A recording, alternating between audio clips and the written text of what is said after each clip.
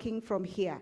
So before we begin the program, because we're not very many, we will have a microphone go around, and you please feel free to tell us your name and your title and which federation or whichever sports that you represent, so that we are able to interact. It is the only time that we will have you in the hall just mentioning your names, and then after that, kila mtu ajipange na networking huko nje, si ndio? As we are having tea in between, but at least we'll have broken the ice, we'll be knowing who you are. Sabi, if you just help me around, we can start from this table.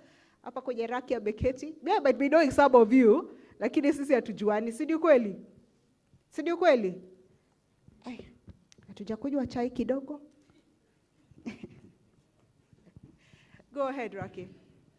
Please tell us your name. Hello, good morning, everyone. Good morning once again. My name is Raki Osman from Sports Kenya. Sports Kenya is the government institution in charge of development and management of sports facilities, among other functions. I'm glad to be here and hope to interact with you more. Thank you.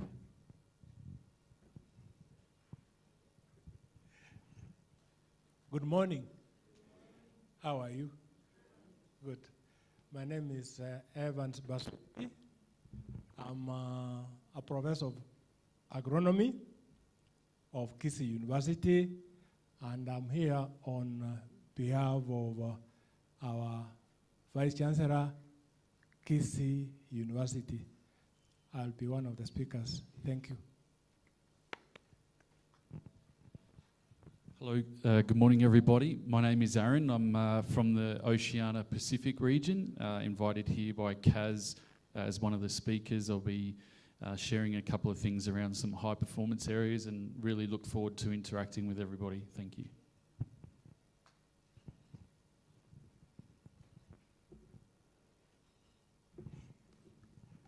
Good morning, ladies and gentlemen. How are you doing? My name is Robinson Okenye. I'm a TV journalist from the Standard Group, KTN News to be specific, and for the next 3 days, I'll be Shiko's assistant. Karibu sana, Robin. Thank you. Habari zenyu. Mpopoa. I'm Asia Mohamed Sururu, KAS member. Good morning, everyone. Martin Yauma from Anti-Doping Agents of Kenya. Good morning, everyone. My name is Leonard Onyango. I am from Kenya Post Authority, ladies basketball team representative.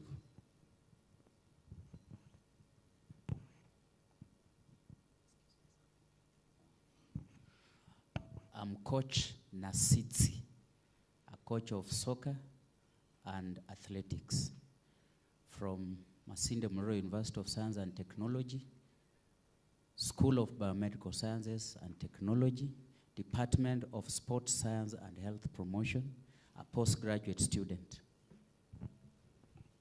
Good morning. My name is Jailin Cherotich, KAS Consultancies. Good morning, ladies and gentlemen. My name is Professor Tom Nanyingi from Kenyatta University and a friend of KAS. Good morning, ladies and gentlemen. My name is Lucy Kamau. I'm a psychologist counselor from the University of Nairobi.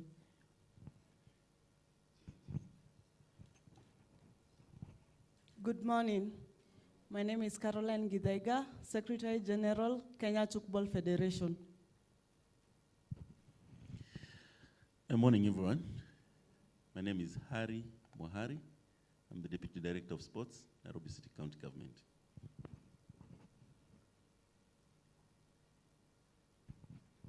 Ladies and gentlemen, good morning. My name is Esther Olayo from the Kenya Academy of Sports. Good morning, everybody. My name is Brother Colum O'Connell, athletics coach from St. Patrick's High School in Iten.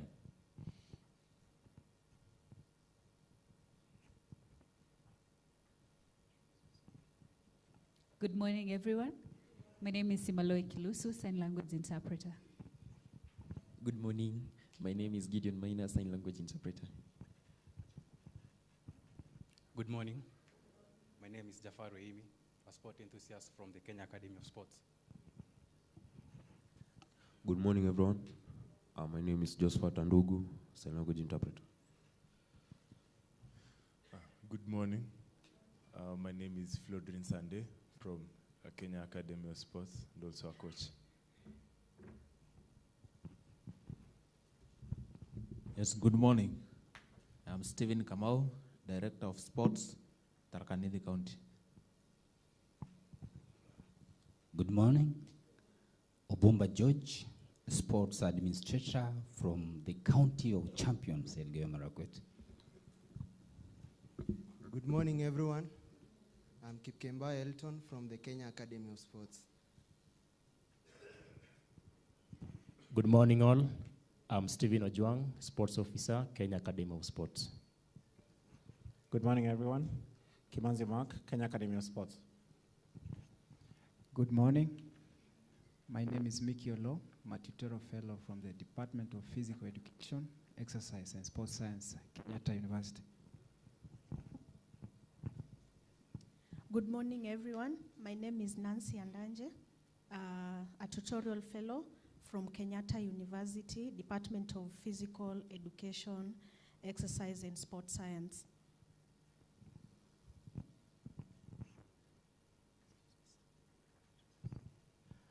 Good morning, everyone. My name is Duncan Chemirio.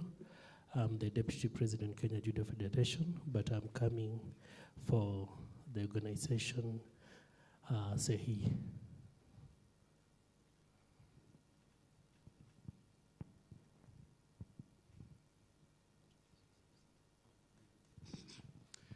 I'm Jambo Isa Kweyu, lecturer, Department of Health Promotion and Sports Science, Masinde Muliro University of Science and Technology.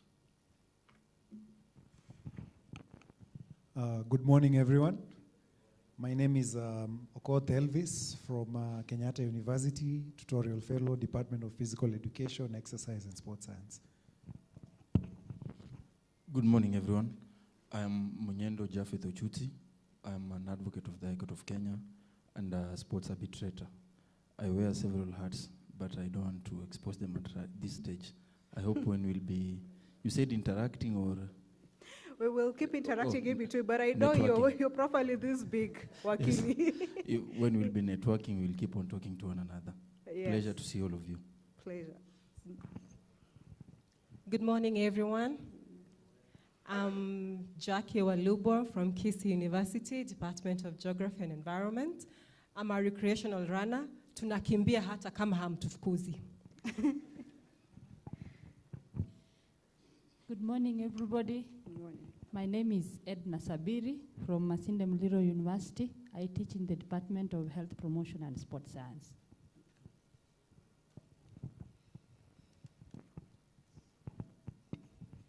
Hello, everyone. My name is Grace Mitambo. They have written me as a host, I don't know, from Kenya Academy of Sports. We are from the Department of Talent Development. We really are looking forward to hearing and learning more from each one of you. Thank you. Good morning, everybody. John Mashare from Kenya Academy of Sports, working in the Talent Development Directorate. Morning, everyone. Anthony Nganga, a master student from the Department of Physical Education, Exercise and Sports Science at Kenyatta University. Good morning. Gordon Motugi, Kenya Academy of Sports. Good morning. My name is Collins. Sorry. My name is Collins Makewa from Tumaini Sports Academy in Laikipia. Morning, everyone. I'm Monene David from Tumaini Sports Academy, Laikipia County. Hello. I'm Mushiri Joseph from Kirinyaga County. Morning. I'm Juliana Andisi, a postgraduate student, Masinde Muliro, and a sport officer, Vihiga County. Good morning, everyone. I'm Ivan Swalubengo, a instructor, Masinde Muliro University, and MSc student. Good morning. I'm Doreen Moredi, a nutritionist with special focus on sports nutrition and a postgraduate student at Masinde Muliro University. Okwem John, Kenya Academy of Sports.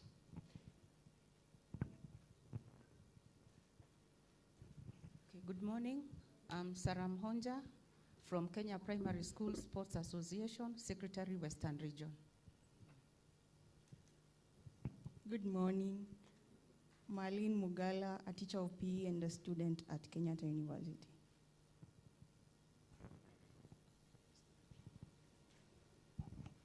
James Deuri, Kenya Academy of Sports.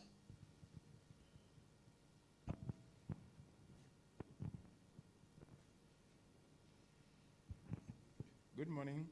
Samuel Otuko from Kenya Ports Authority, Senior HR Manager. All right, that's all, Sami. Thank you very much. Sasa wenye watakuja baadaye, if you haven't had to say your name and your 1 minute of fame is gone, you will interact with the rest in the process of the conference. Just a few housekeeping issues before we begin the program of the day. Registration is ongoing. Immediately you get into this hall. I'm sure every person who has come into this hall has passed through the registration desk. If you haven't, kindly make sure that you have gone through there and make sure you get your tag as well. Immediately you get in there, there is space for refreshments over there. If you feel very cold, I see even when we tell each other to interact very early in the morning, it's still very cold. People are not very energetic, but you can have a cup of hot water, a cup of tea. Immediately you walk in, it's just right out of this hall, just right there. Then this first row, we will have you can see that it's registered or it is tagged reserved. Is because we will have our speakers there. Just because of the normal flow of an event, it is good to always have a proper plan. So this first row is going to be occupied by speakers, by members of the Council of the Kenya Academy of Sports, by any other VIP that will be joining us from the Ministry of Sports. Kindly let us just reserve the first row, this one like this, for that particular purpose, and you understand why. It's just for the organization of the event. Thank you very much. Then we do have the lavatories. That's the first rule that I should say. The moment you walk outside of the hall on your right, you will proceed to that side. On your right, you will find the lavatories for both genders. We also have an exhibitors room for any person who is, any company that has registered for exhibition. Your space is on the right as well. As you go to the lavatories, you'll find a very big space for you to display your products right there. Then we have the media and equipment space, just where that gentleman is. Please, raise your hand, please. These ones, yes, I don't know your names, but right there. Thank you very much. That space, the reason why it is a bit empty is because we will have the media interact from there, especially the TV stations that will be covering us, or any other person who will want to take a photo, the photographers. That is your designated area. The rest are for the live stream, so if you see other cameras positioned in different sides, that is because of our live stream that is going on. Please, it's just a courteous to let you know that as the fact that you have registered and you're in this room, then your face will be somewhere live streamed maybe, or photography will happen. So please bear with us. It is part of events, and it's just a courteous call that your images will be taken. The presentation by speakers. I know that we've had some of them introduce themselves, but we will have to introduce them bigger and better as they come to present to us in every session that is included in the program. But if you have any PowerPoint presentation, kindly liaise with the sound desk on my right there. Sami and his team will help you in making sure that your presentation is well projected to our screens. Yes, those are the house rules, but if anything else comes up, I will definitely let you know. A quick question before we go to our first speaker. Those who were here by show of hand last year, because this is a continuous thing, will you remember the theme of last year? Will you remember? It is very hard, very hard. But let me just help you what it says. Transforming the sports ecosystem for social economic development. And we really delved in that theme last year. Grace, you're wondering whether it is true. I came with my evidence. It is right here. This, we talked about how we embrace the ecosystem and how social economic development really helps our sports system. Now, we have gone a step further. This year, we are now talking about how then do we monetize the sport talent? Because what we have as a country, and we see this every day, is we have surplus of talent from all angles: athletics, rugby, volleyball. You saw what the Kenya Lionesses did yesterday. Even with very few resources, they could get to all the way to the finals of the repechage to qualify for the Olympics, only falling short to China, and they don't even have the resources. So how then do we monetize this to make sure that sport is able to pay and put food on the table of our sports personalities? So that is what we are going to be looking forward in the next 2-3 days. We hope that the objectives that we have laid for this event will be achieved by end of Wednesday. And we hope that we are going to be learning so much. So without further ado, I wasn't the speaker, I'm just laying the foundation. Let us help me introduce James Theuri, the Deputy Director for Talent Development, KAS, to take us through the sports talent development strategy and just to give us the leeway and the foundation of this conference. Theuri, kindly applaud him as he comes on stage. Thank you very much.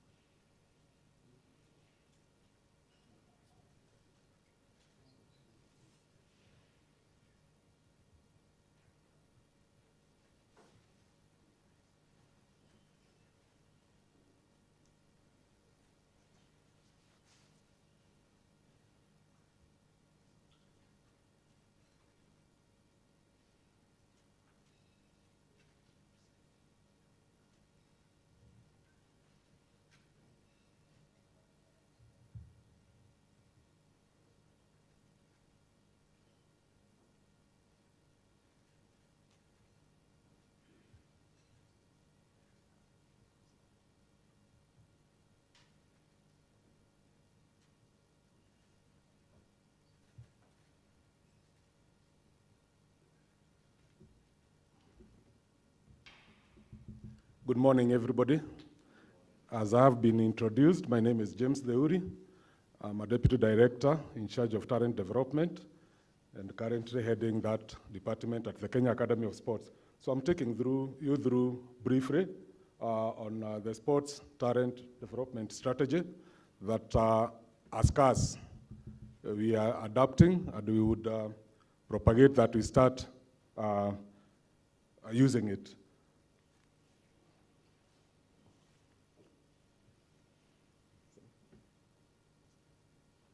So first of all, I want to introduce the Kenya Academy of Sports. It is a state corporation that was established by the Sports Act 2013 with a mandate of pursuing a right performance through sports talent identification, development, training or capacity building of sports technical personnel and administration personnel, and conducting research in sports. Our vision is to be a center of excellence in sports talent development in Kenya and beyond. And our mission is to develop talent through establishment and management of sports training academies, research for global competitiveness and sustainable development.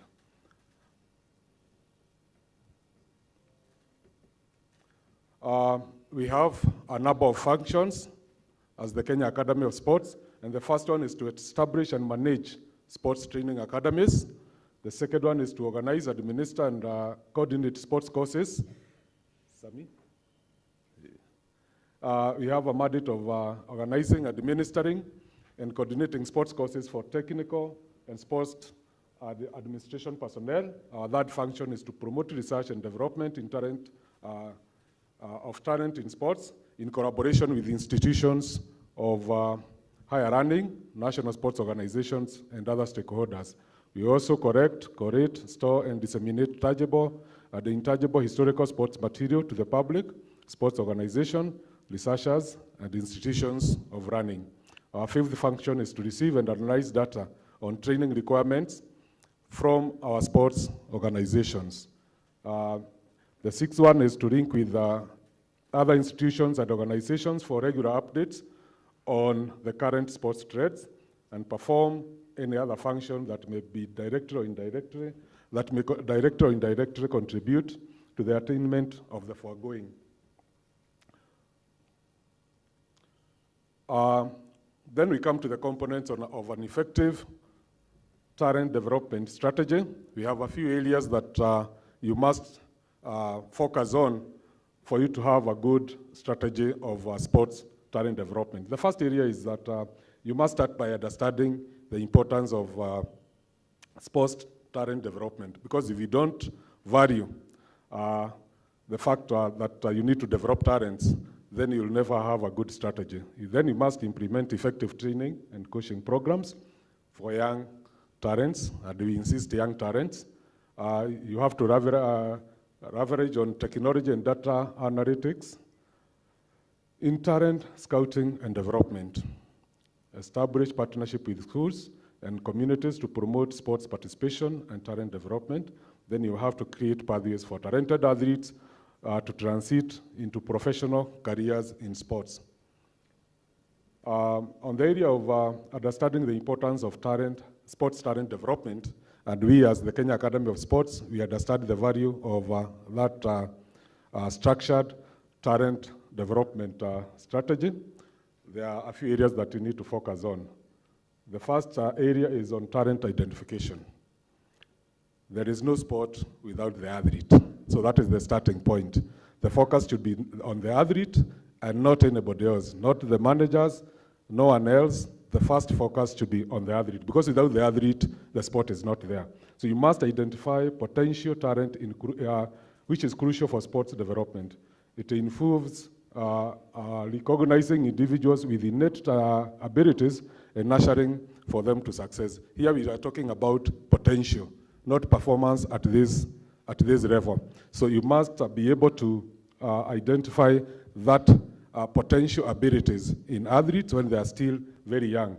Then you must be able to scout promising athletes, which is essential to ensure that talented individuals are not overlooked. It involves a systematic approach to covering potential sports stars. In this area, in our country, sometimes we go wrong. We take it that all coaches are scouts. A scout is more than a coach. A scout possibly is not even a coach. It is a person who has an eye to see that potential. Because at this level of scouting, we are talking of the potential. You should be able to see the potential in somebody so that you are not just looking at a performer at that level. Because we make that mistake, the one who is scoring the goals is the one we say is talented. But you may miss to see that midfielder. You may miss to see that defender in football who has the potential to develop into an elite performer. Early talent identification and detection is very, very important. So early talent detection in sports can lead to the development of future champions. It involves observing and evaluating young athletes to identify their potential. So here we insist on the age, at what age you identify this particular talent. Then you have to provide specialized training if you want to develop a good athlete. KAS curriculum and sports development and training framework provides a few areas. We have tailored coaching programs where you provide individualized approach to athletes' needs.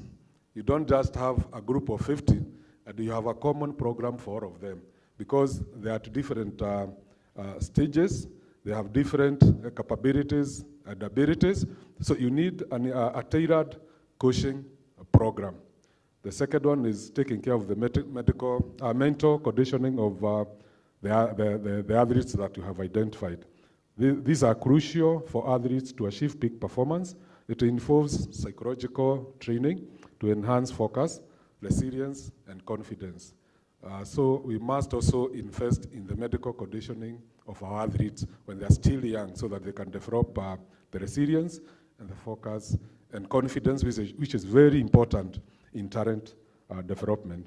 You must have a physical development program where you focus on enhancing athletes' physical attributes such as strength, speed, endurance, agility, among others. It involves a structured training to optimize physical capabilities, because if you ignore this area, you'll still not develop good athlete.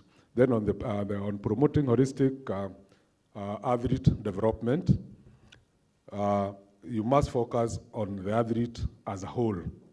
And therefore, you need to look at a few areas. Sorry. You must, in our situation, our local situation, we have all the intention to balance academics and sports, sports in the school.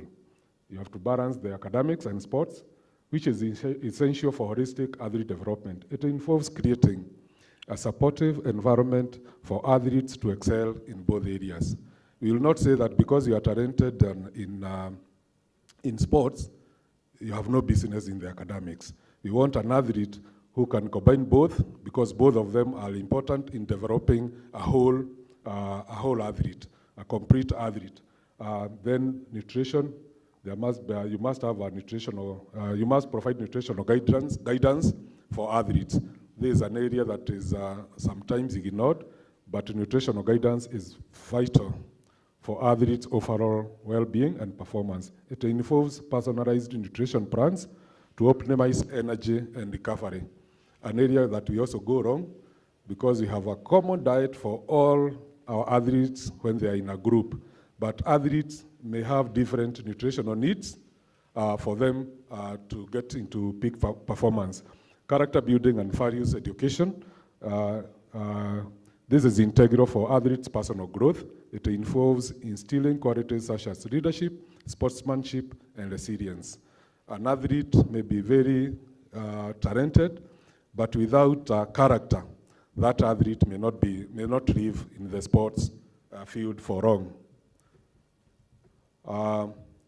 You have also to observe talent selection.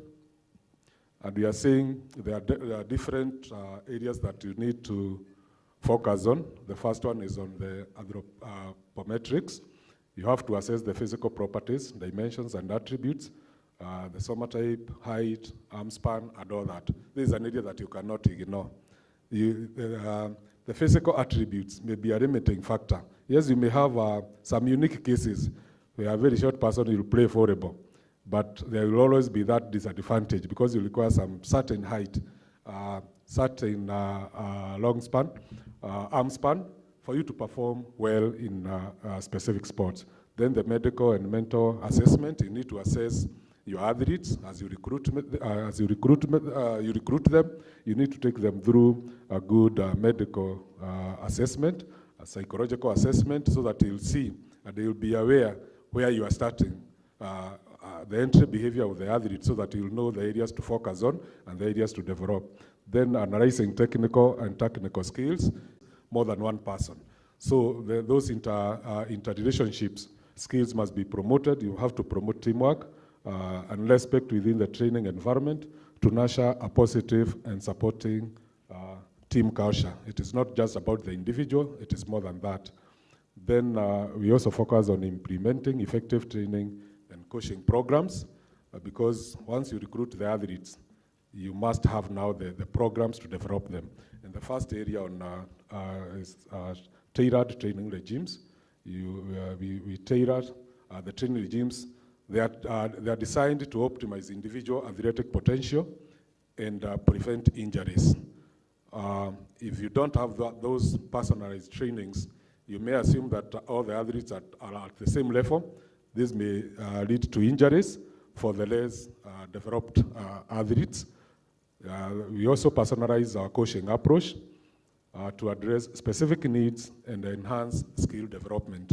Once you identify a deficiency in a certain athlete, you have to personalize the coaching approach. Then the holistic athlete development, as I've said, you need to take care of the mental, the physical, and the emotional development of especially young athletes.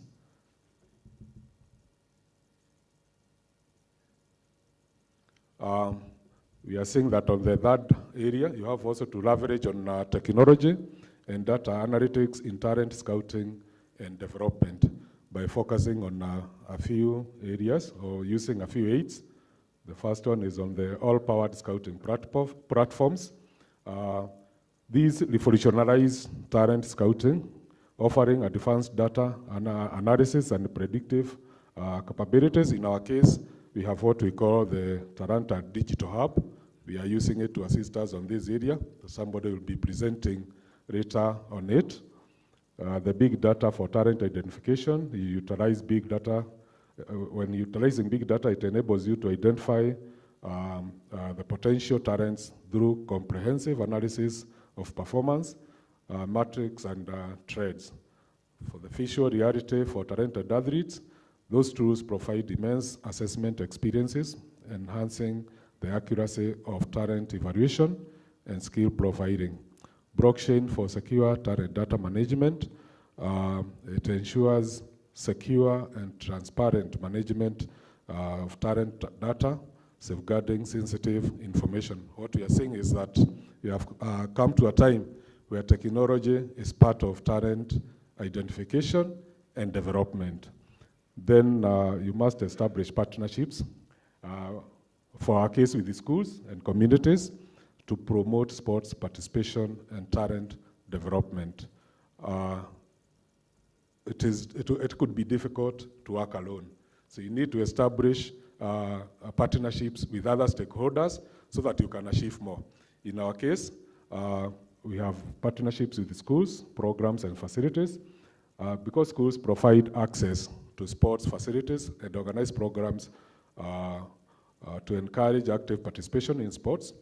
And that is why KAS is establishing partnership with the Ministry of Education to implement talent programs. For now, we want to start with 50 schools so that those schools can act as talent centers. We can be having referrals there, and we can also upgrade the skills of the coaches who are in those schools as a partnership. Then you have to promote physical education. Integrating comprehensive physical education programs can foster a culture of fitness and skill development among students. So if this culture is developed in our schools, where physical education is not taken as just another, area of just going to the field and all that, but without any seriousness, we want to insist that initiating that culture in schools will go a long way in helping us promote sports talents. Then engaging with the student athletes, creating avenues for students to engage in various sports activities and competitions to identify and nurture talents. And in this area, our secondary school sports association and Kenya primary school sports associations are doing well because they have a well-structured calendar of sports events where we love we use as platforms to identify the athletes when they're still young. Then, of course, there are community outreach initiatives. We collaborate with local communities to organize sports events, workshops for students to engage in diverse sports disciplines. In this area, also, the sports federations are doing well by organizing those activities. Then we need to foster community sports programs, like the youth sports tournaments, establishing youth tournaments to provide structured platforms for young athletes to develop their skills and compete. Then coach training programs, conducting training programs to equip coaches and volunteers with the necessary skills to mentor and guide young athletes effectively. As KAS, we believe that the game cannot develop without the technical personnel. And that is why we are aggressively going to the grassroots, training coaches so that they can bring up more talented athletes. Community sports events and tournaments, by organizing regular sports events and tournaments to showcase talent and provide opportunities for skill development. It is during those tournaments that we shall have a platform of identifying good, talented athletes. Then inclusive sports initiatives, complementing programs that cater for individuals from diverse backgrounds and abilities, promoting inclusivity in sports participation. In sports, we must start thinking about everybody, not just one category and ignoring the other. So we must have programs that are all inclusive. Then for empowering coaches and mentors, one is the professional development opportunities. We provide avenues for coaches and mentors to enhance their knowledge and skills through professional development, workshops, and resources. So we engage coaches to make sure that they are moving from one level to the next, so that once they are more equipped, we can have better athletes. Then we have mentorship and guidance programs. We establish mentorship programs to pair experiences, experienced coaches with aspiring mentors to foster culture on continuous learning and guidance. Anytime we have a program of talent development, we have always invited professional athletes, those who have been there earlier, retiring athletes who have played for our national teams, and so that they can act as mentors to the young athletes that we are handling. Psychological and emotional support, equipping coaches and mentors with the training to provide psychological and emotional support to young athletes, ensuring their overall well-being. The courses that we organize for our coaches, it's not just about the game. We are trying to introduce the psychological and the well-being of the athletes as part of the coaches, and that is why we have introduced topics like safeguarding in sports in all our trainings. We have that session so that our athletes start focusing on the welfare, our coaches start focusing on the welfare of the young athletes. Leadership and role modeling, we encourage coaches and mentors to exemplify qualities and possible behaviors to inspire and guide young athletes effectively. The coach is more than a coach. He has to inspire the young athletes. Then we are trying to promote science in sports. As I said earlier, science must become part of our sports talent development strategies. Integrating of sports technology, utilizing advanced sports technologies to analyze and enhance athletic performance, providing insights for effective training and development. The second area is on sports science and education and research, promoting education and research in sports science to optimize training methodologies and injuries prevention strategies for athletes. We are saying, for us to be successful in talent development programs, we must start appreciating the role of sports science in those programs, because if we ignore this, it will lead to injuries and athletes who cannot be there for long. Athletes will fade very fast because we are not appreciating the role of sports science in talent development. Nutrition and sports performance, you cannot separate the two. Educating athletes and coaches on the significance of nutrition in optimizing performance and overall health in sports activities. Nutrition and sports are very much intertwined.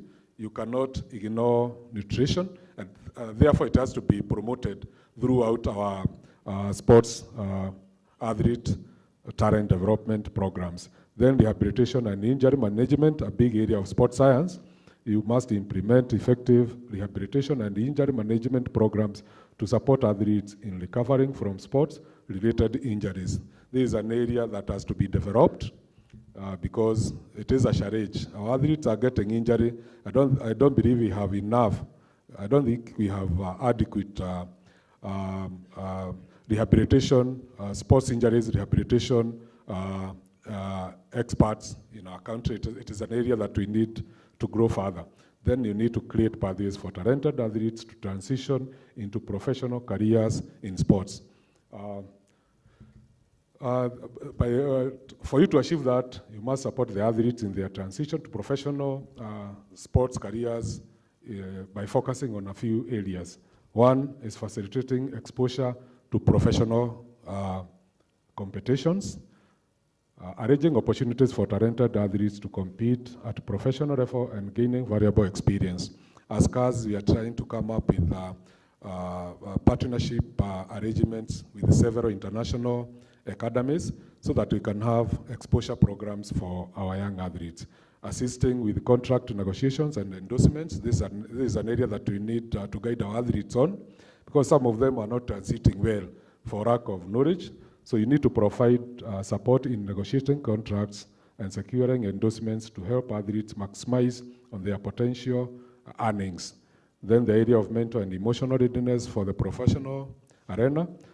We offer mental and emotional preparation to help athletes thrive in the highly competitive professional sports environment.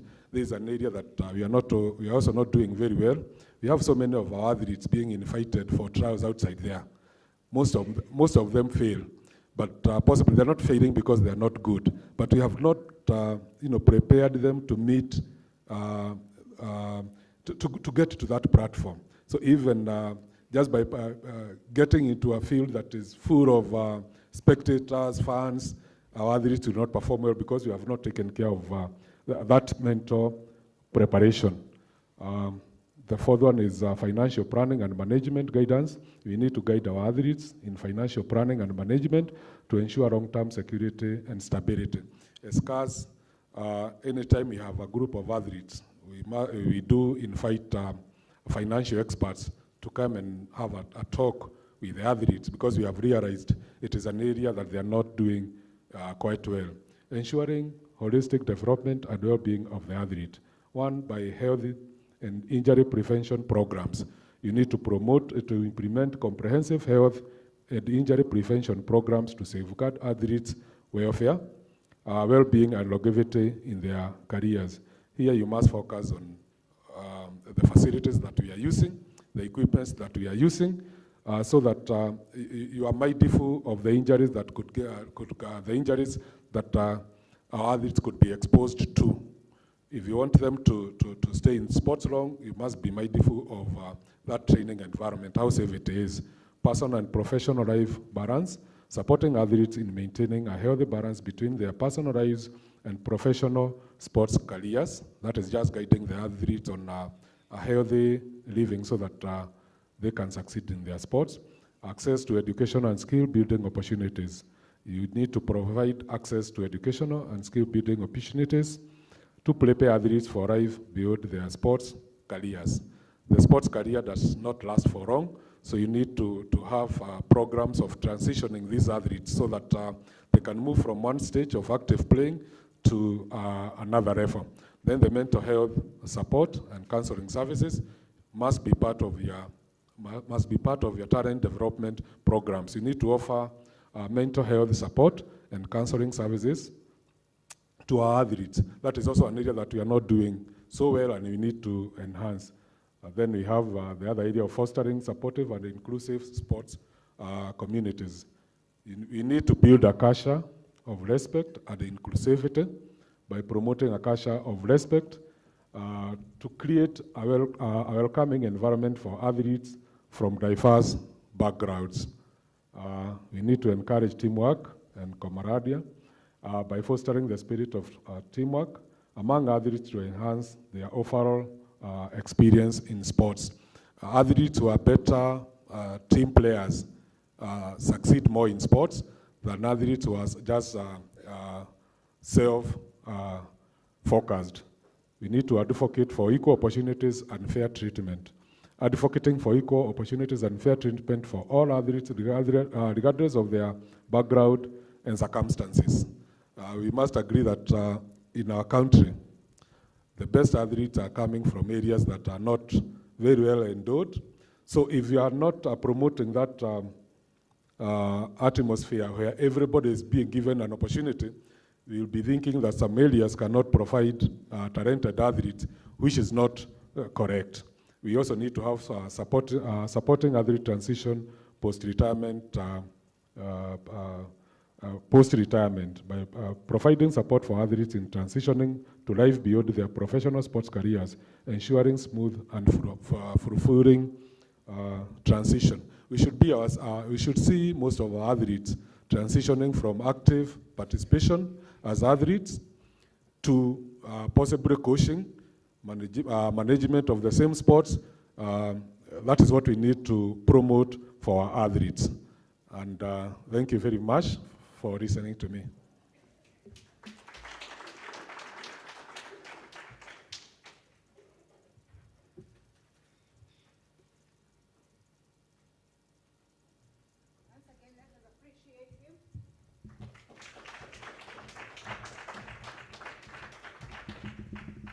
Thank you, Theuri. I know I will have you back on stage just in a few minutes just to have plenary. Actually, just as it is our custom every time we're having this conference, feel very free to jot down your questions because we will want to have this to be very interactive.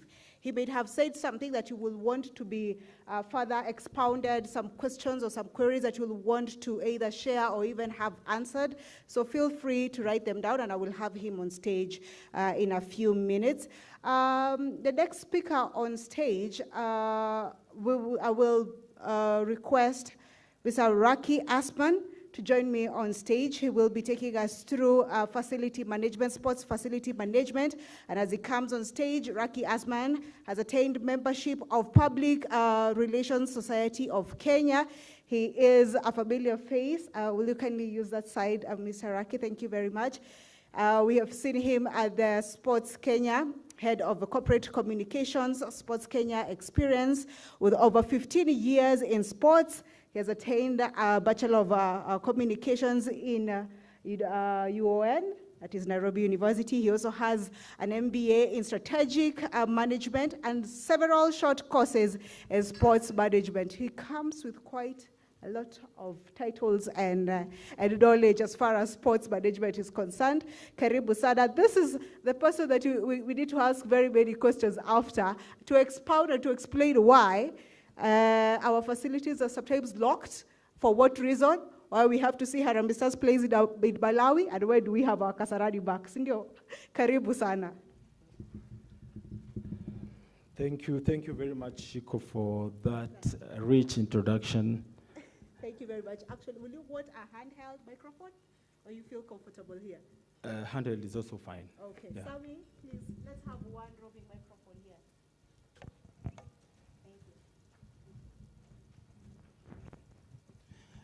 Thank you very much, Shiko, for that good introduction.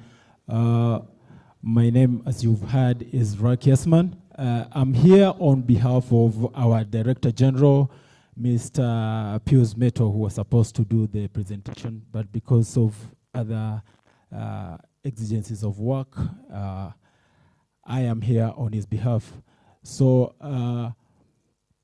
first, I want to begin by introducing Sports Kenya, which is our organization. So Sports Kenya is a sister to the Kenya Academy of Sports, and it was formed through the Sports Act of 2013. And the act was assented to law on 14th and it commenced on 1st August of 2013. So basically, Sports Kenya essentially or legally started in 1st August 2013. That's when Sports Kenya started. And our vision is to see Kenya as a global sports hub. Kenya is already, a player in the international sports map, but we want to keep seeing Kenya as a global sports hub. When we talk sports, you see Kenya. When you mention hosting of events, you see Kenya. When you talk medals, you see Kenya. Our mission is to harness sports and recreation through regulation, infrastructure, and programs development for sustainable socioeconomic growth in Kenya. As you know, we have the mantra of Talanta Hela, where we want to monetize sports. And one of the things that we do is to ensure that we have proper infrastructure and programs that will be able to support our talented athletes so that they be able to discover their talents, showcase their nurture their talent, and also earn a living from that talent by making it as part of their day-to-day source of income. And our philosophy, more sports. Are we having a problem with this mic?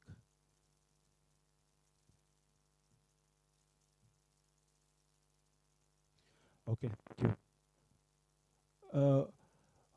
Our co-mandate, the co-mandate of Sports Kenya, as per the Sports Act of 2013, is to promote, coordinate, and implement grassroots, national and international sports programs for Kenyans. And this mandate is conducted in conjunction with other sports organizations, Kenya Academy of Sports, of course, included.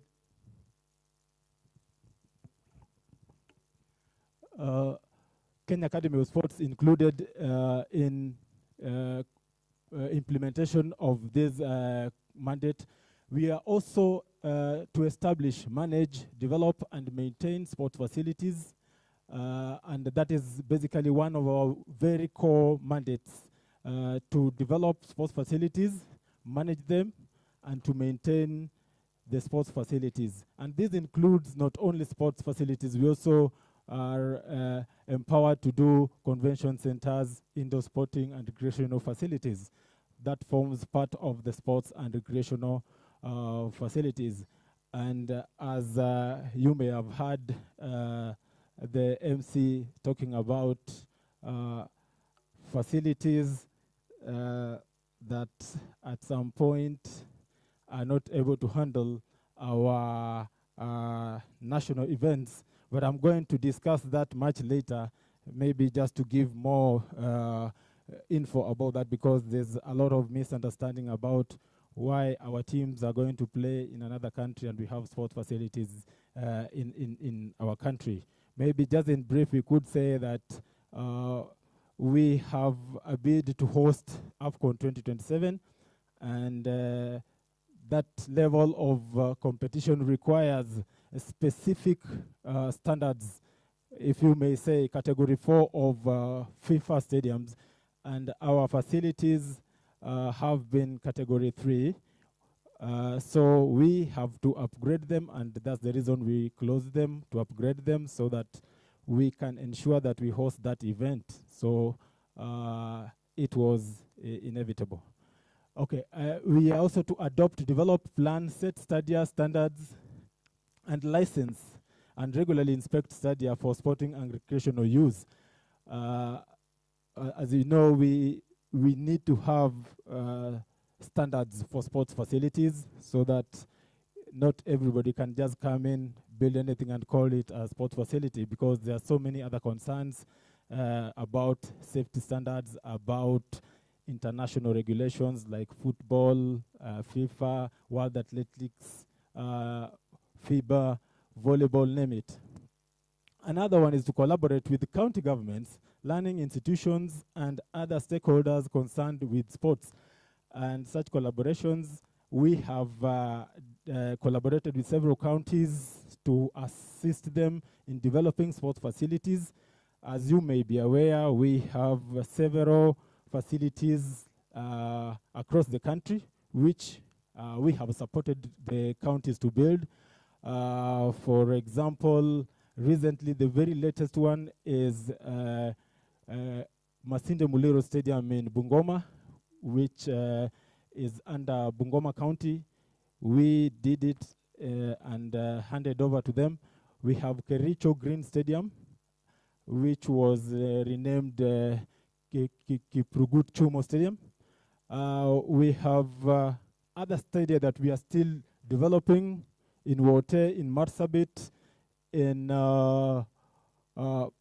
Kakamega, in Kapsabet, in Eldoret. So those are collaborations with counties to develop, just to try to ensure that we have standard sports facilities throughout the country, not just in Nairobi. And we are also providing sports equipment for all our events.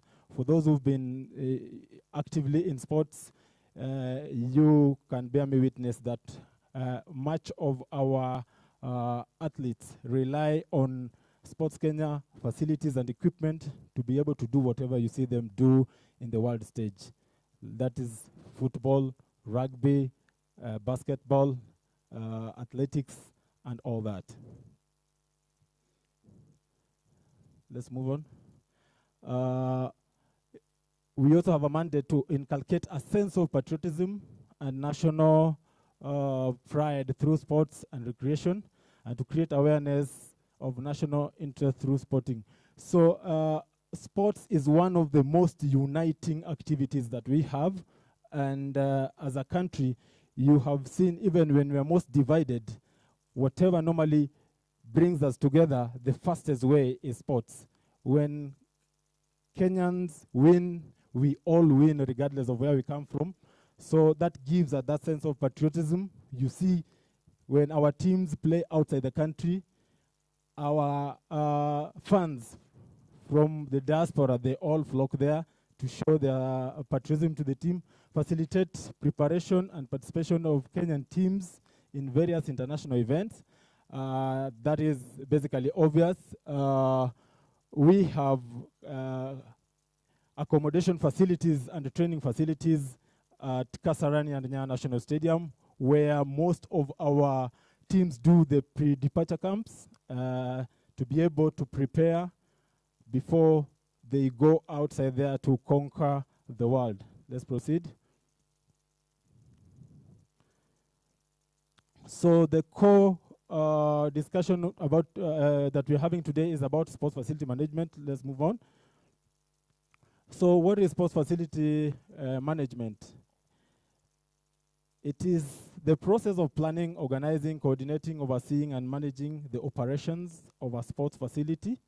And these sports facilities may include stadia, gymnasia, arenas, recreational facilities, playgrounds, motocross circuits, fitness centers, name it. So all these form part of sports facilities. So it involves a lot of planning. The process of planning, organizing, and coordinating events requires a lot of activities, requires a lot of training.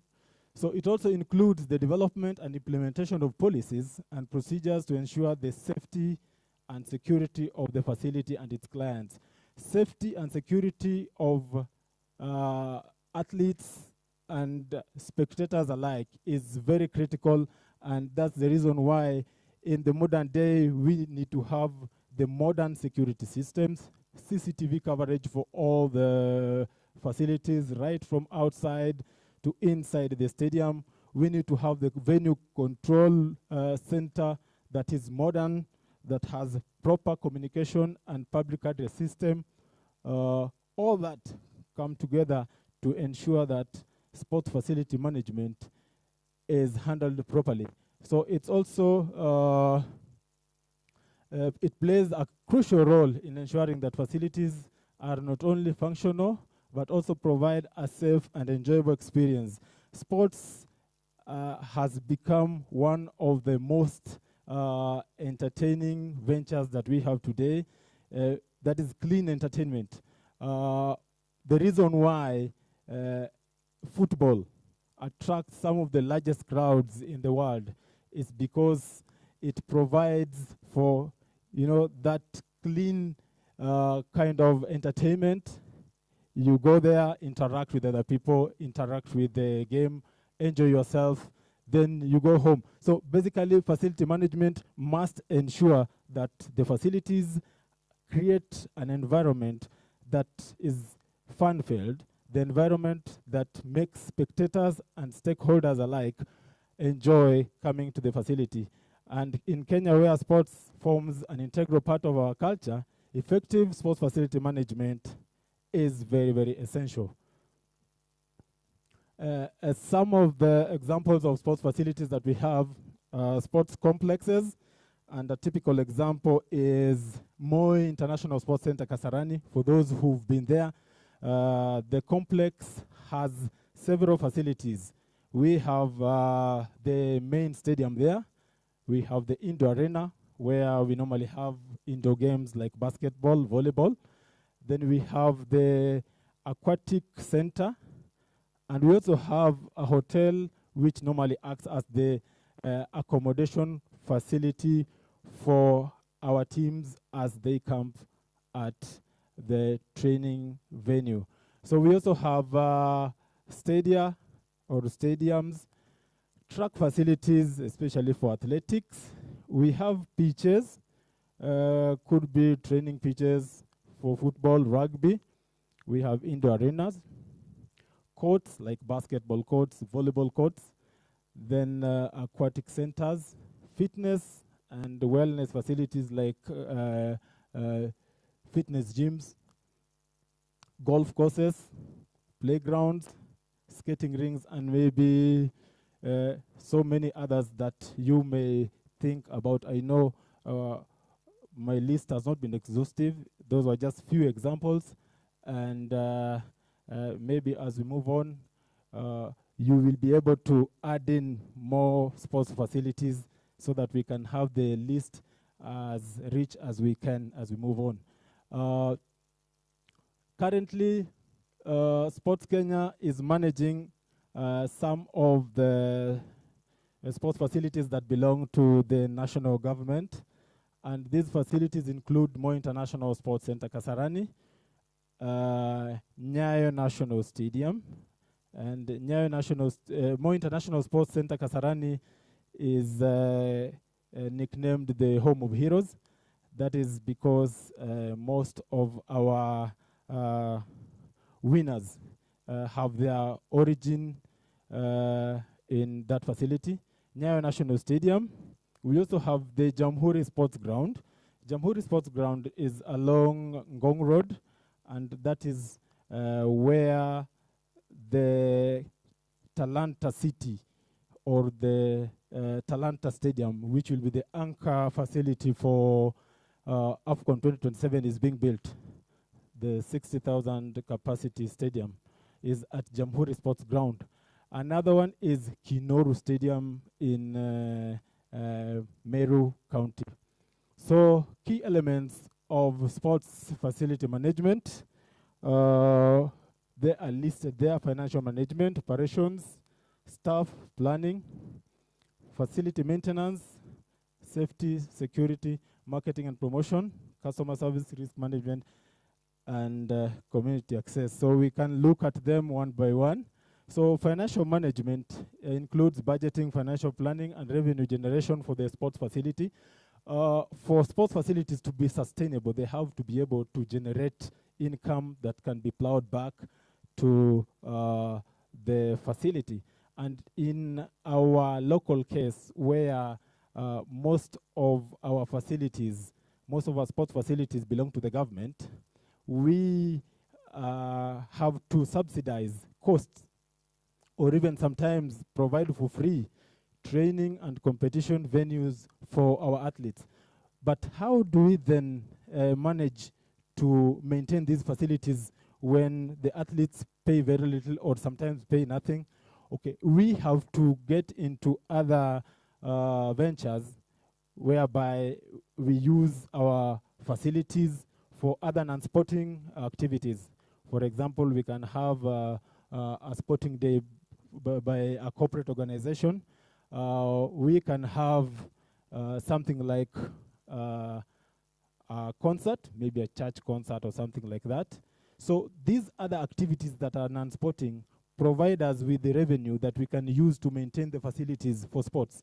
Because sports, if you charge athletes over 100 shillings, they will not come, and you will be killing the talent of the athletes. So what we do, we either give them for free or charge them very little, then look for other ways to get revenue to be able to maintain the facilities. Although when it comes to major maintenance activities like renovations, like what we have now, we rely on the government for the funds to do that. So another element of sports facility management is operations management of the facility, which encompasses the day-to-day activities required to keep the facility running smoothly, and it involves scheduling events, coordinating staff, managing equipment, and maintaining the facility in good condition. Most of the times when you come to the stadium, you find it looking good. It looks like it is magic that has been done. But usually day to day, there is a lot of work that goes in terms of the operations, just to ensure that the equipment are right, the facility is in good shape, and it is always ready for the next client or team. So we also have staff management, whereby we must have critical staff for specific areas. The core business of sports facility management basically is about managing the facilities. But as we all know, there must be support areas. Like we could have ICT supporting, we could have transport supporting, but all of them have to coalesce around the core business of supporting sports facility management. So all those factors come into play so that everybody, whether they belong to other areas, must be able to link their activities to the core issue of sports facility management. Then we have planning and design as one of the aspects. Sports facilities are not just about haphazard building of facilities. An example is what we are doing now. The image you see there is the Talanta Sports City, which as we speak is about 15%. The progress is about 15%. It was launched about 2 months ago, and the progress of works is about 15% now in terms of the structure. So a lot of design considerations have been made on that facility, and because it is being made to be the flagship facility for AFCON 2027, considerations have been made so that it meets all the current and even possibly the future requirements of a FIFA Category 4 stadium, whereby even World Cup can be played. And so it had to take a bit of time to do the design to ensure that it meets the requirements of international sports bodies. And the facility is going to be football and rugby only. It will not have a track inside. So that was deliberate, just to ensure that we have a facility that makes interaction with players like football and rugby very close, the way it happens in those other developed countries. Okay, let's move on. So we also have facility maintenance, which is a very critical bit of sports facility management. Most of the Sports Kenya facilities were built well over 40 years ago. Nyayo Stadium was built, was completed in 1983, and Kasarani in 1987. I'm sure some people here had not been born yet. And if you look at those facilities today, you can think they were built maybe just about 10 years ago. So a lot of maintenance activities go on there. The image you can see there is expert cleaning of the truck. So periodically, we do mechanized cleaning of the truck. So the suppliers of the truck bring it together with the equipment and train the staff so that they can be able to carry out maintenance. That happens in all other areas. When athletics equipment are brought, members are trained about that, like photo finish equipment, ICT equipment, and that ensures that our facilities remain compliant throughout. Even after several years, we still remain compliant. We have safety and security requirements. Sport facilities being centers that attract so many people from different walks of life,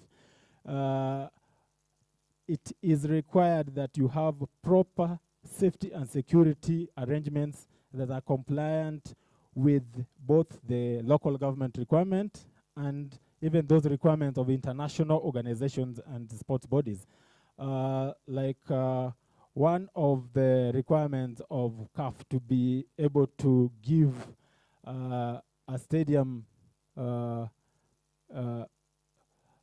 to authorize a stadium to carry out sports activities, especially at international level, is to have a proper venue operation center that ensures that everything is centralized. Communication of public address system, giant screens, CCTV, public address system, all of them are centralized together just to ensure safety and security. Then we have marketing and promotion. Of course, as I mentioned earlier, apart from just having sports activities taking place in the sports facilities, we also have other non-sporting activities. For example, we use Kasarani Stadium for conferencing, like such a meeting can also take place there. And for that to happen, we send out our sales and marketing teams to be able to reach out to inform people that we have ABCD. You can come have your meetings here. We also market to the counties. When they are having their sports events, they can come and have the events with us. Even internationally, when teams are going to other countries to have competitions like the Qatar World Cup, we had teams like Cameroon coming to camp in Kasarani so that they can have their trainings there. For that to happen, we always have to do some outreach and promotional activities just to ensure that the facility is marketed and promoted outside there. Then we have customer service.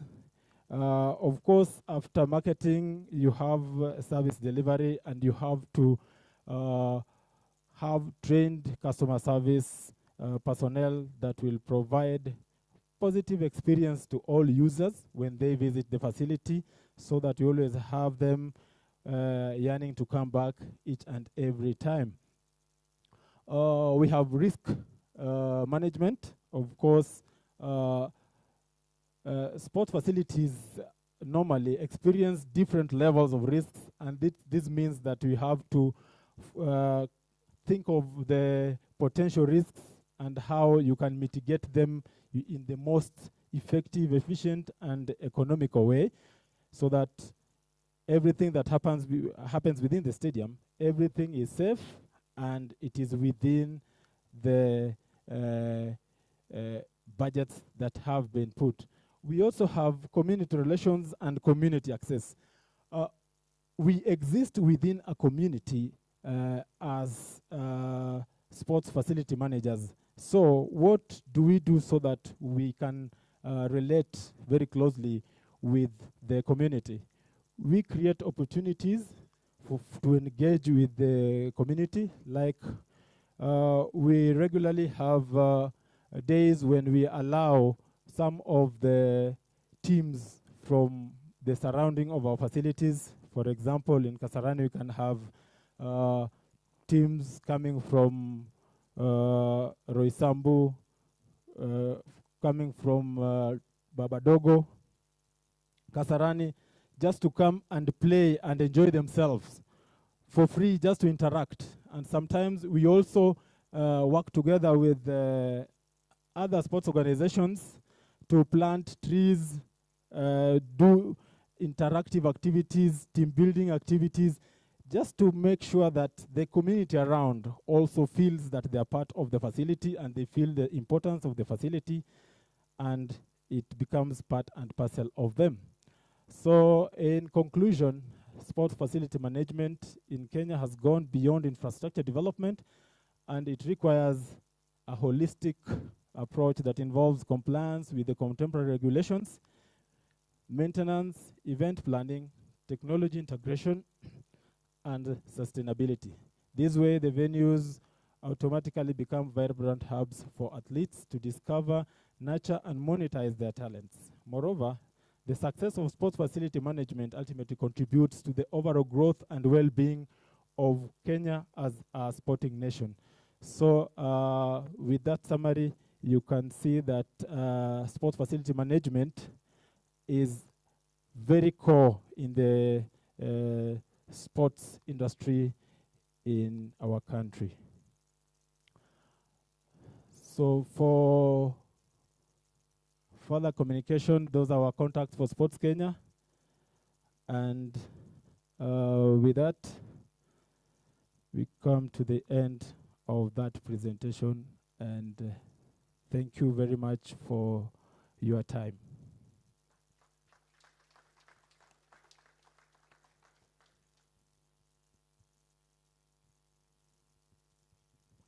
Once again, let us appreciate him.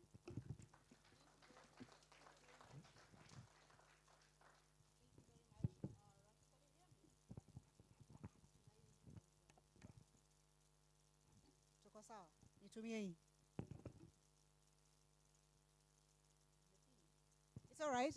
Let's appreciate him once more.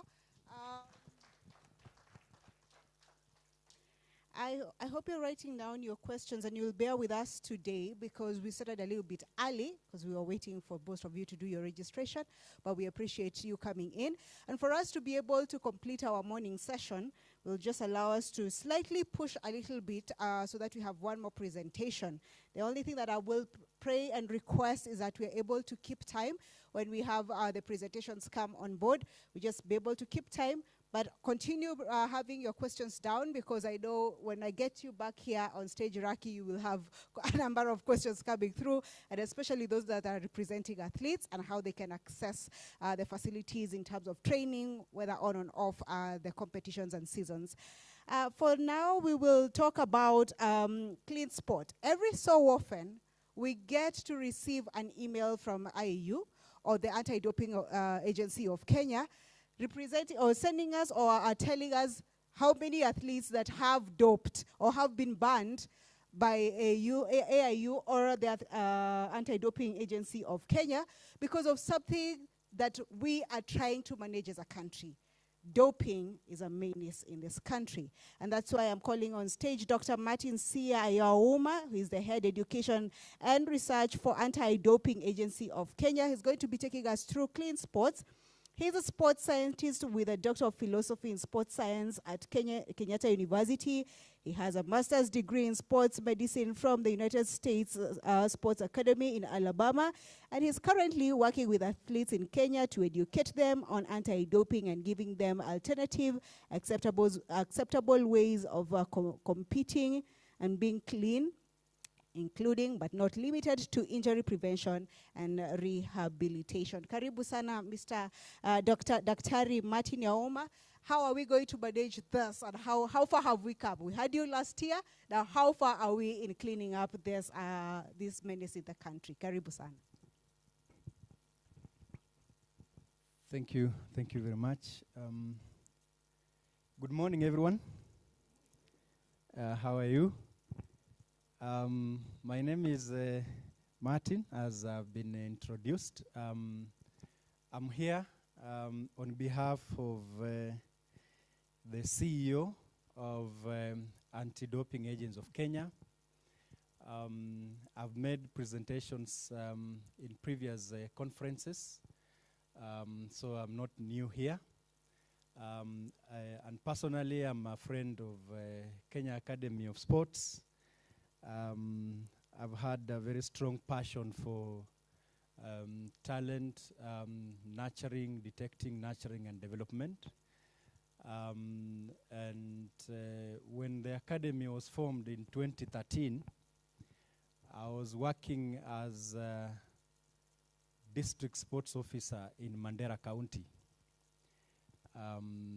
And that attracted me so much to the level where I brought a team of young, talented youth from Mandera and Wajir County all the way to come to the Kenya Academy of Sports And we spent 1 week with staff and exposed those youths to very high level of professional coaching and development.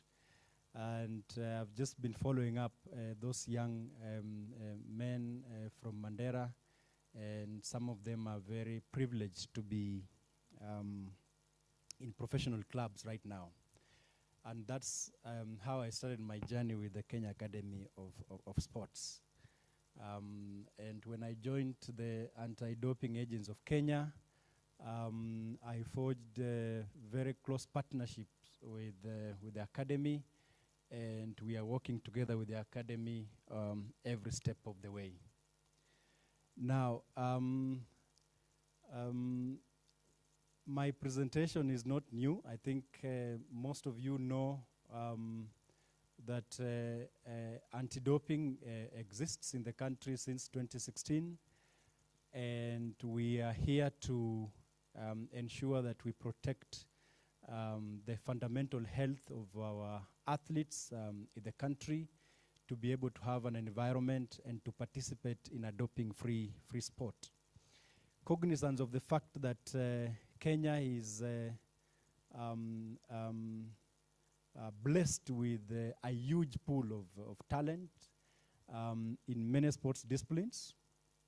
Of course, we are a prowess in athletics, and just that is going to magnificate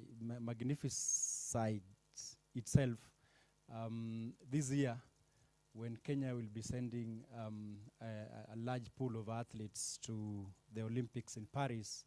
You'll realize that the largest pool is going to be in athletics, and many accolades are going to come from there. But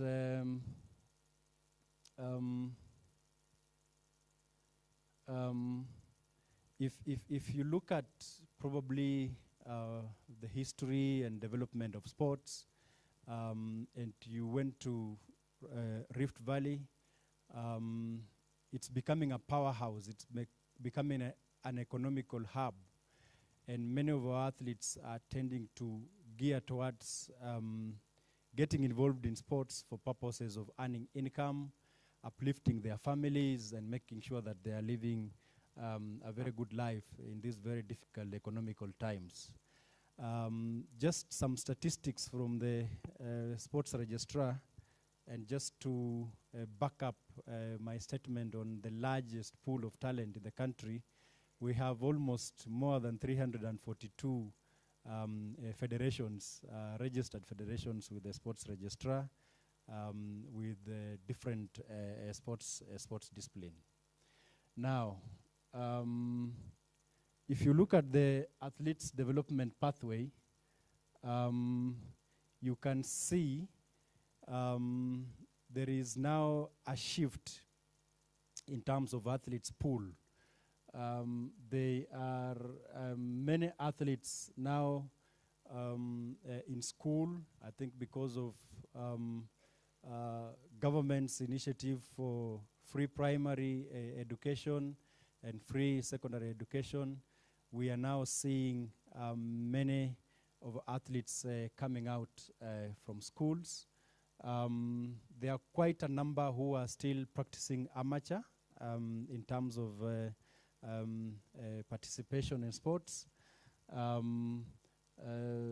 There are some initiatives to professionalize sports and picking these athletes from the grassroots level, and I think Kenya Academy of Sports has come up very strongly in this initiative by tapping talent and providing these athletes with platforms to be able to have a living as they participate in sports. So there's a lot of initiatives to offer scholarships.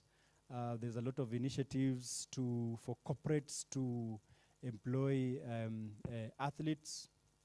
You've seen the Kenya Police, you've seen Kenyan Army, and many other government institutions. They pick up talented athletes and offer them employment opportunities. Then we have a narrow path as you move along to professional athletes who now come out and say, this is my profession, this is what I'm going to do in whichever sports discipline. Then it's narrowing down to Kenya producing world records. Now, as you can see, those who are going to the international stage, it's a narrow path to the international stage, few. There is a very large pool at the bottom, and therefore the path going up is not easy for our athletes. And that's why we need to come together to make sure that they understand that it's a path that you have to go through it, and you have to go through it in a clean way. So there's a lot of pressure, there is a lot of predisposing factors, negative factors, which influence these athletes to make decisions in one way or another. As you can see, I think my pointer is becoming very sensitive. As you can see, Faith, I think the first time Faith ran was without shoes. I don't know if some of you remember, to the point where she broke the world record. If you ask her what she has gone through up to that point, I'm sure she'll write several books for us to be able to read. Now, in terms of anti-doping, where are we located in as far as the sporting ecosystem is concerned? We are right at the center of it, because we are regulating the industry. We are making sure that those who participate in sports are clean, and we are making sure that we are protecting the health of our athletes within the jurisdiction of the country. So we are surrounded by all these bodies, and we are working in partnerships with all these bodies. When it comes to the national government, where we are located, we are also partnering with the county governments to employ our initiatives. Under the ministry, you can see we are working very closely with the established semi-autonomous organizations, Kenya Academy of Sports, Sports Kenya, the fund which provides us with the resources, and also the Department of Sports. We haven't forgotten the players in the industry, the athletes, and all the athlete support personnel. We work with them very, very closely. And since this is a multi-faceted approach kind of initiative, we are working very closely with also other ministries, Ministry of Education, under the associations that manage sports, both primary and secondary. We're also working with the universities. We are working with the Ministry of Interior, just to help us penetrate at the grassroots level. We are working with the Immigration Department, just because we want to regulate the movement of our athletes, and also we are also working with the Ministry of Defense. Now, I would really want to focus on the main aspect of ensuring that we achieve clean sport, and the main aspect of doing that is through education.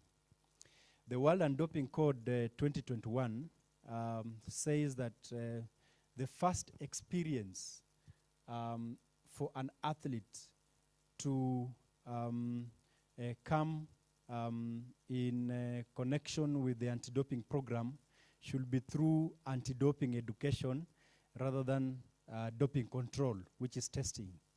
Because we would like our athletes to understand, our athletes support personnel to understand their obligations, the regulations that govern the industry, what they are not supposed to do, just basically to ensure that they make informed decisions in as far as their sporting career is concerned.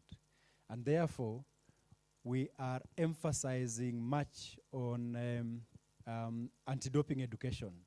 And in anti-doping education, we have laid out a very elaborate plan to ensure that we reach out to many stakeholders as much as possible. And therefore, for us to develop a very comprehensive plan, we have mapped out the stages that we need to follow. First of all, there is the code, the World Anti-Doping Code, and the International Standard for Education, which guides us on how to conduct anti-doping education, which topics we are supposed to disseminate, and which content we are supposed to disseminate. So we have looked at the code and the plan. We have brought together stakeholders and asked stakeholders, what do you want us to tell you? How do you want us to approach it? Because the code is internationally developed, the standards are internationally developed, so we are picking it from the international stage and customizing it to make sure that it fits our people. So we have developed a very comprehensive education plan that incorporates our stakeholders to ensure that we are achieving and we are fulfilling the expectations. Then, of course, we have identified the activities well laid out and developed the content. We have well capacity build anti-doping educators who are all over the country, across in many regions of the country, with more concentration in Rift Valley, just to make sure that we disseminate this information as much as possible. And of course, every year, every quarter, we are implementing, evaluating our program, and one of the avenues to evaluate our program is engaging stakeholders like you to give us your feedback, to give us how we are performing, so that probably for continuous improvement, we can be able to consider the inputs of our stakeholders to make sure that there is efficient performance of our program. Now, if you just look at the way our program is developed, we have a program on what we call values-based education. In values-based education, we are targeting children who are between the ages of 9 to 14 years. Because these children, they need to have values. They need to practice values. That's the only stage where now you mainstream values into them so that they can practice these values. We have values such as honesty, values such as fair play, values such as excellence in performance, values such as respect for the rules, respect for self, okay? And we expect that probably these values, once they're imparted into these children, by the time you stakeholders identify them and put them into practice in terms of sports, they're able to practice these values. Because doping is a vice, and we expect that once these values are within their system, then they'll be able to practice clean sport. And we have worked with the Kenya Institute of Curriculum Development. We took advantage by the fact that the country was undergoing reforms in terms of education, and we have mainstreamed these values in the curriculum. So if you look at the curriculum framework that has been developed by KICD from grade 3 all the way, right now they are developing grade 10 and 11, you will find that the spirit of sports values are mainstreamed in this curriculum. So there's a program which we are currently working with schools to make sure that it's undertaken. Now, you will also, if you go to our website, you will find our online e-learning platform. And I will encourage you to get in, register. There are categories. For example, if you are an athlete, there is a category for you. And then if you are an athlete support personnel, there is also a category for you. Please get in, register, read the information. There is a small quiz which you can do. And we encourage that everybody goes there because we will work everybody to have information as far as the fight against doping is in sport is concerned. We also undertake anti-doping education, where we organize structured workshops, structured lectures, where we sit down with athletes and athlete support personnel, make presentations, have group discussions, have them engage them, and be able to develop competencies in them, so that then they can be able to make very good decisions and help themselves. And also in competition, when there are competitions, we carry out awareness creation and sensitization program, where we pitch a tent, and we encourage everybody within that fraternity to visit us, and we undergo a small program where athletes engage, we engage them, we create awareness, we sensitize, and we answer questions, so that then they are all well informed in as far as the fight against doping is concerned. So I don't know if this one will be able to play. Maybe you can try and play it. Is it able? Now, for values-based education, we have made a program that is experiential, because you can't sit down with these children in class, they will be bored, so we have made it to be fun and joy. We meet them in the fields. We do a kind of a team building activity, and I think at this juncture I want to acknowledge Dr. Isa, who taught me how to undertake team building.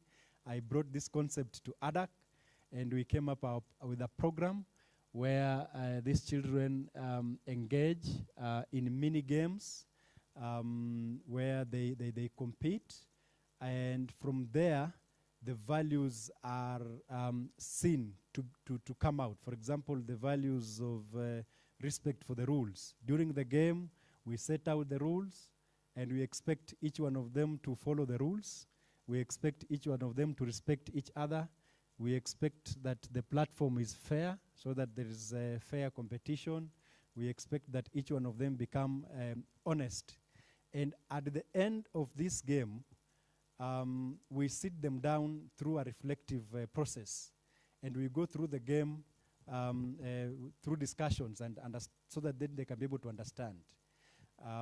We are proud that among the national and-doping organizations across the globe, we are the second country, apart from Japan, which has come up with this kind of engagement for values-based education.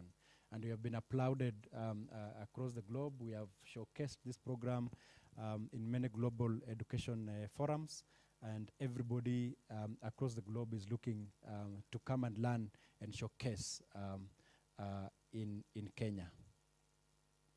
Now, just a lesson for us on how we can be able to bridge the gap on doping. Doping is a situation where an athlete is feeling inadequate, is feeling not confident enough to face the competitor. And therefore, if an athlete is feeling not competent enough to face the competitor, then the athlete is forced to move into doing something that can give the athlete the confidence the athlete needs to have. And doping is one of the ways that an athlete can easily fall into that kind of menace. And therefore, we want to encourage everyone who is surrounding or working with this athlete that the best way to get out of this menace is making sure that we do adequate preparation for these athletes by making sure they have the best physical attributes, they are mentally okay to be able to face the competitor, they have gotten the best nutritional components that they need to have, they have the best facilities, and that's why probably Sports Kenya is here, best facilities and best equipments, and they have the best coaching to be able to have the best components that will enable them to face the competitor. Because if we don't give this athlete that professional service that the athlete needs, then we create that gap, and now doping crops in. And I think it's very, very important that as practitioners in the field, that we do all that we can within our fraternity to make sure that our athletes are adequately prepared. From my experience and dealing with athletes is that our athletes want to win clean. Our athletes want to explore the talent that God has given them. Our athletes mean well. There are certain circumstances that predispose these athletes to doping. And those are the gaps that we need to close. And for us to be able to close those gaps, we will need to do the right thing as we prepare these athletes. Now, for us, we have made sure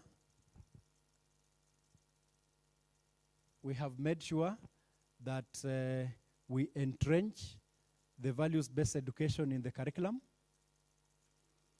We have participated in policy making to make sure that there is proper framework for clean sports to be entrenched in sports practice. And we are implementing the anti-doping program for the country. And therefore, we would like to urge that the anti-doping program is not an ADAX affair alone. We will need a wholesome approach. We will need all hands on deck. We will need each and everybody within the sports fraternity to come on the table to make a contribution so that then we can be able to achieve this for the country.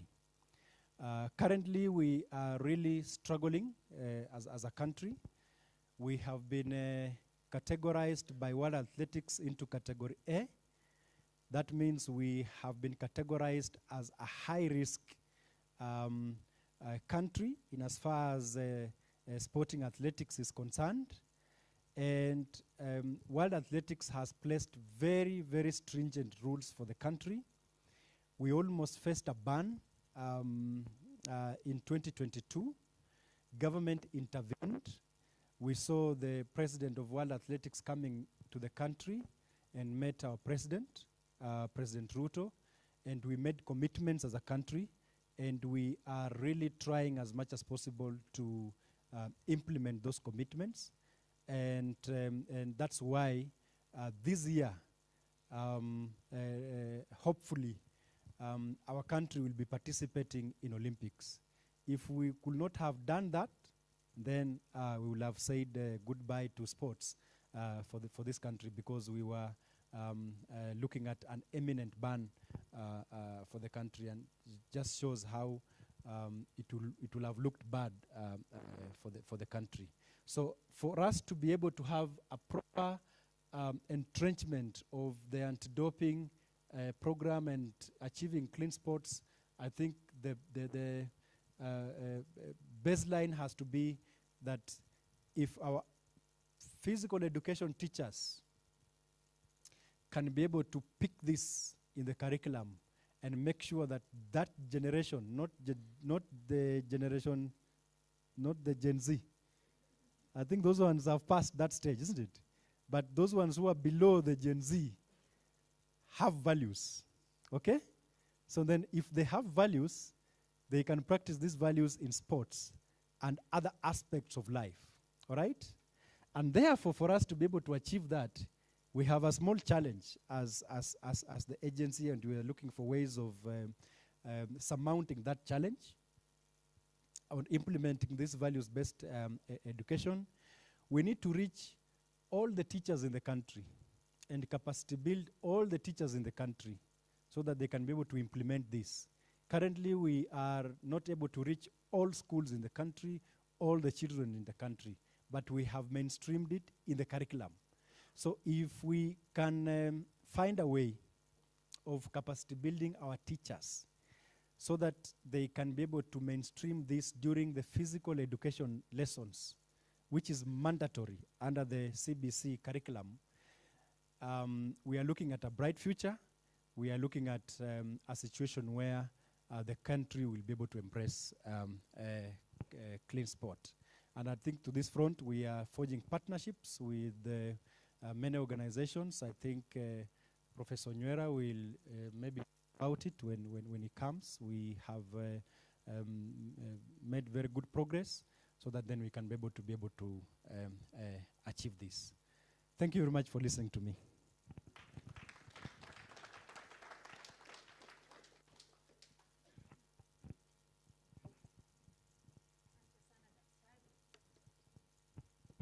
We appreciate the work that the Anti-Doping Agency of Kenya is doing in order to be able to curb this menace that has been a problem since, I will say, the last 1 decade.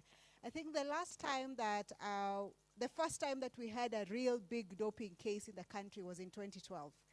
Well, we've had others way before, but the biggest that shook this country started in 2012, with their names withheld, but it was known. I'll actually just say with Matthew Kisorio, but he came back to tell us how much deep this is and what is needed to be done so that we are able to fight this battle. What he has presented shows that it's a journey that we have to go. We are still going, but we are not yet there. Senior Daktari, I understand, thank you very much. I understand that we will have very many questions to ask, but I also respect the fact that we will need to have a health break. Ndio tuweze kuongea vizuri after this, ndio. Watu wachangamke buache kuniangalia wenye mnaniangalia kwa sasa. So what we will do right now, we will take a health break for 20 minutes. The tea is right there. And then we will have some demonstration from a team, a sports discipline demonstration by the Kenya Jump Rope Federation just outside there. I will direct you. And then we will come back after that so that we are able to have a plenary for this session and continue with the rest of the program. Is that okay? Sindio, tumepatana sasa? All right, let us have our tea break just right out here, and then we'll be back here in 20 minutes. Asanteni.